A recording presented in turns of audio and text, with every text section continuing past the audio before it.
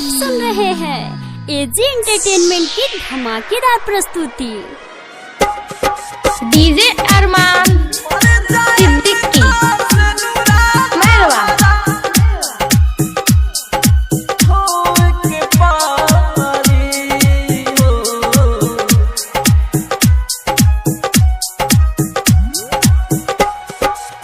साचा कइले हो खब मोहब्बत रोए के परी,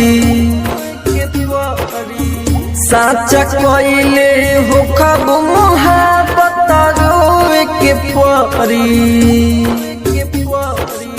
मर जाए से नूरा तोहरा धोए के पारी हो, हमारा जैसन लइका तोहरा जोहि के परी।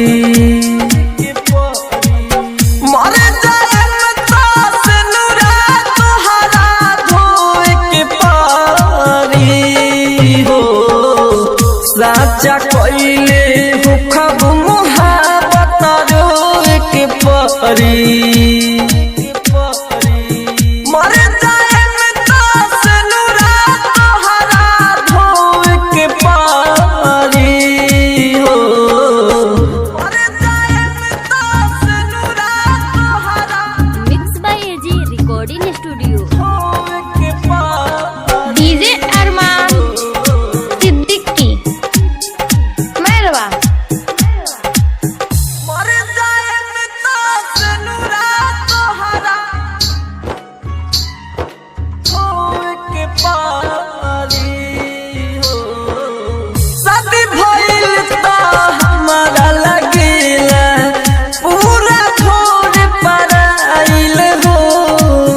पहिले त छत से कके सारा पूछत रहल तू खइला हो। हमारा लागे कि तोहरा अब हमें खोए के परी।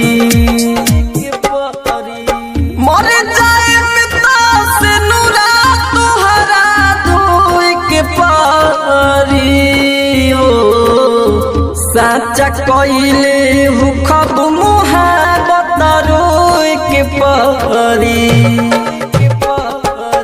मर जाए से नूरा तोहरा धोए के परी हो।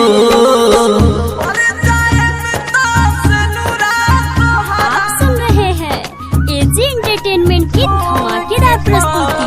डीजे अरमान सिद्दीकी मेहरवा। मर जाए से नूरा तोहरा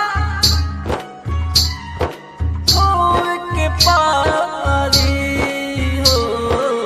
राइटर विदेशी से काहे गोरी मुहावा फेर के रहेलू। राज राजधानी के पाके सुना उनके ओरी तू बहेलू। मन बुझे नहीं बतिया तो हमारा सोए के परी। मर जाए से नूरा तोहरा धोए के पारी हो, साचा कइले हो खब मोहब्बत रोए के परी।